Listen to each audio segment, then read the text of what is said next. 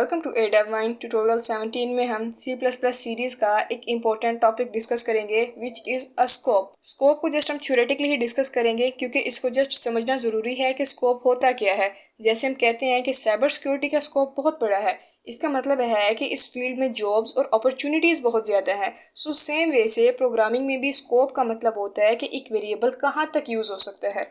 Scope define the region of code where a variable is accessible. Scope एक region बताता है कि जो वेरिएबल हमने डिक्लेयर किया हुआ है वो वेरिएबल कहाँ कहाँ तक एक्सेस हो सकता है।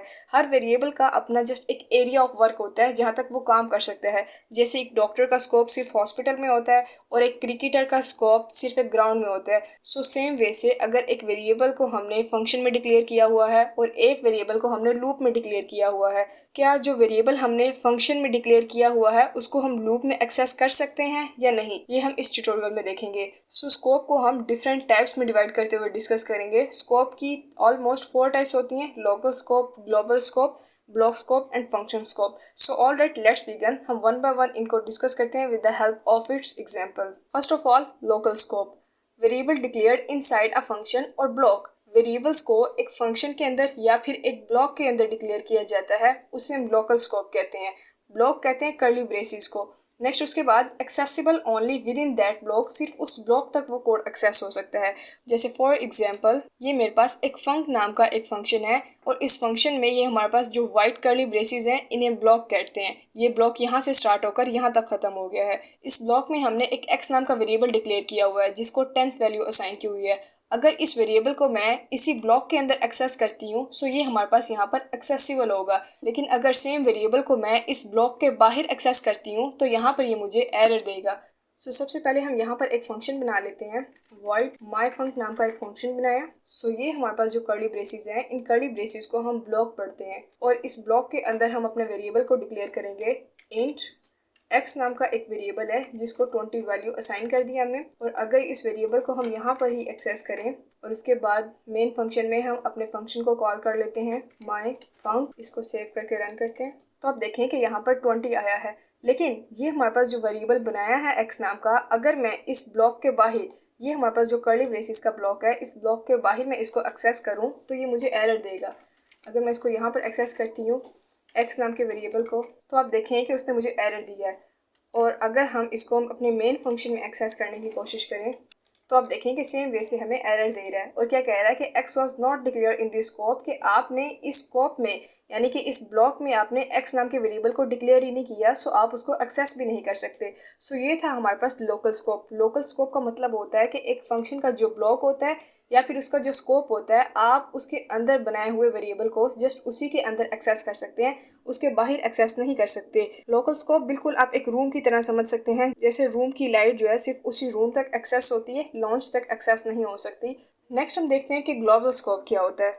Declare outside all functions. यहाँ पर हम जो वेरिएबल्स बना रहे होते हैं वो वेरिएबल्स हम फंक्शन के बाहर डिक्लेयर कर रहे होते हैं। Accessible throughout the program, और वो वेरिएबल्स पूरे प्रोग्राम में, चाहे आप उन्हें लूप में एक्सेस करें या फिर फंक्शन में एक्सेस करें, आप उन्हें कहीं भी एक्सेस कर सकते हैं। जैसे कि आपको उसके नेम से पता चल रहा है ग्लोबल। ग्लोबल मीन होता है all over the world. So programming में ग्लोबल वेरिएबल का मतलब होता है कि एक वेरिएबल को आप कहीं भी एक्सेस कर सकते हो। जैसे फॉर एग्जाम्पल, जैसे हमने ये फंक नाम का एक फंक्शन बनाया है और इस फंक्शन के बाहर हमने एक वेरिएबल को डिक्लेयर किया हुआ है और इस वेरिएबल को हम फंक्शन के अंदर भी एक्सेस कर सकते हैं और फंक्शन के बाहर भी एक्सेस कर सकते हैं। जैसे कि हमारे पास ये ऑलरेडी myfunc नाम का एक फंक्शन बना हुआ है और मेन में हमने उसको कॉल किया हुआ है। इस फंक्शन से पहले हम एक वेरिएबल को डिक्लेयर करते हैं इंटीजर x और यहाँ पर इसको वैल्यू असाइन कर देते हैं 20। अब हम इसको एक्सेस करने की कोशिश करते हैं अपने किसी भी ब्लॉक ऑफ कोड में। जैसे ये हमारे पास एक ब्लॉक है और उसके बाद हमारे पास ये दूसरा ब्लॉक है। सो सबसे पहले हम इसको फंक्शन में एक्सेस करने की कोशिश करते हैं। यहाँ पर x नाम के वेरिएबल को हमने एक्सेस किया। अब इसी वेरिएबल को हम अपने मेन फंक्शन में एक्सेस करने की कोशिश करते हैं तो आप देखें कि यहाँ पर भी एक्सेस हो गया। ये 20 हमारे पास जो फंक्शन में हमने एक्सेस किया था और ये 20 हमने जो मेन फंक्शन में एक्सेस किया था। Next one is block scope. Block scope में क्या होता है कि defined with in curly braces, यानी इस ब्लॉक के अंदर जो वेरिएबल डिक्लेयर हुआ होता है सिर्फ आप उस वेरिएबल को उसी स्कोप के अंदर एक्सेस कर सकते हो। Variable destroyed after block and, जैसे ये ब्लॉक एंड होता है उसके बाद वेरिएबल डिस्ट्रॉय हो जाता है, यानी कि उसको हम एक्सेस नहीं कर सकते। फॉर एग्जाम्पल, और इस फंक्शन में हमने एक वेरिएबल बनाया है। उस वेरिएबल को हमने अगर तो उस ब्लॉक के अंदर एक्सेस किया है सो ये हमारे पास एक्सेसिबल होगा, लेकिन अगर इसी सेम वेरिएबल को मैं इस ब्लॉक के बाहर एक्सेस करती हूँ तो ये हमें एरर देता है। ये सेम लोकल स्कोप ही की तरह होता है विद माइनर डिफरेंस।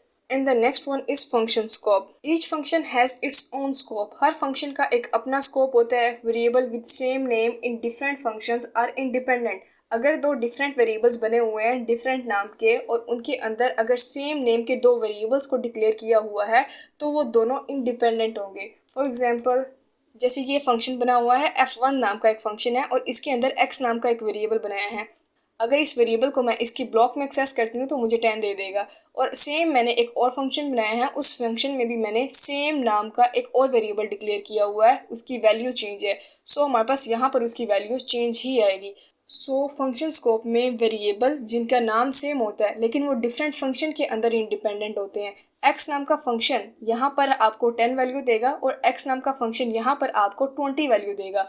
सबसे पहले यहाँ पर हम दो फंक्शन बनाते हैं, void और फंक्शन 1।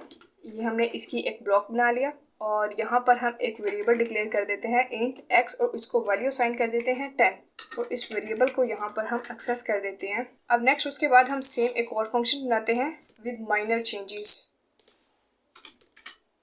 और यहाँ पर हम इसका नेम चेंज कर देते हैं फंक्शन 2 और यहाँ पर इसकी वैल्यूज चेंज करके हम 30 कर देते हैं और यहाँ पर हम एक एंड लाइन की कमांड दे देते हैं एंड लाइन।